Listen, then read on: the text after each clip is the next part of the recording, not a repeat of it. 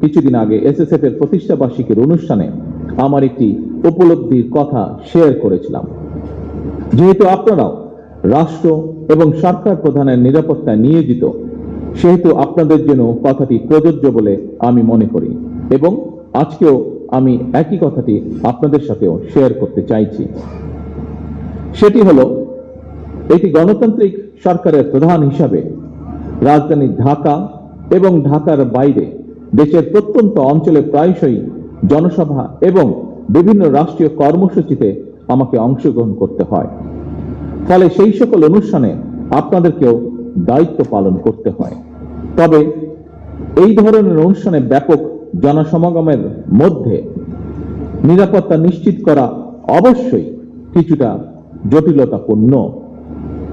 এসব কর্মসূচি পালনের সময় একদিকে সরকার প্রধানের নিরাপত্তা ব্যবস্থা বজায় রাখা, অপরদিকে নাগরিক জীবনের স্বাচ্ছন্দ্য নিশ্চিত রাখা, এই দুইটির মধ্যে ভারসাম্য রক্ষা করেই আপনাদেরকে নিরাপত্তা কৌশল প্রণয়ন করতে হয়।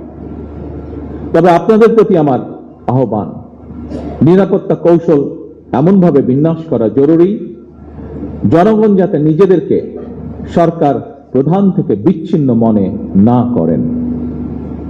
একটি গণতান্ত্রিক সরকারের প্রধান হিসাবে আমি জনগণের বিশ্বাস এবং ভালোবাসার উপরে আমার আস্থা এবং নির্ভরতা বজায় রাখতে চাই।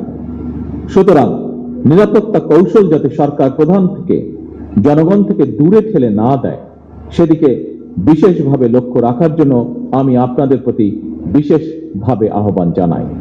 উপস্থিত সুধীবৃন্দ,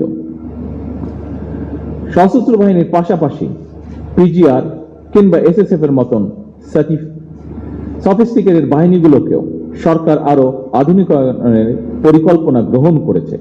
এই বিষয়ে যথা নিয়মে পদক্ষেপও গ্রহণ করা হচ্ছে।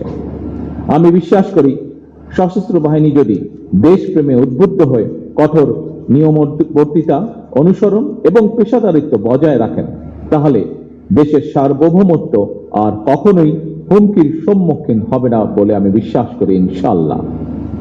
প্রিয় গার্ড সদস্যবৃন্দ, আমি আশা করব পিজিআর এর মতন বিশেষায়িত বাহিনীর সর্বোচ্চ সফলতার জন্য আধুনিক নিরাপত্তা কৌশল এবং প্রযুক্তিগত দক্ষতা অর্জনের পাশাপাশি প্রতি সদস্যের সাহস, সততা, বিশ্বস্ততা, সর্বোচ্চ পেশাদারিত্ব, নিয়মবর্তিতা এবং সর্বোপরি চেইন অফ কমান্ড অনুসরণ, এই বিষয়গুলো কঠোরভাবে মেনে চলা অপরিহার্য।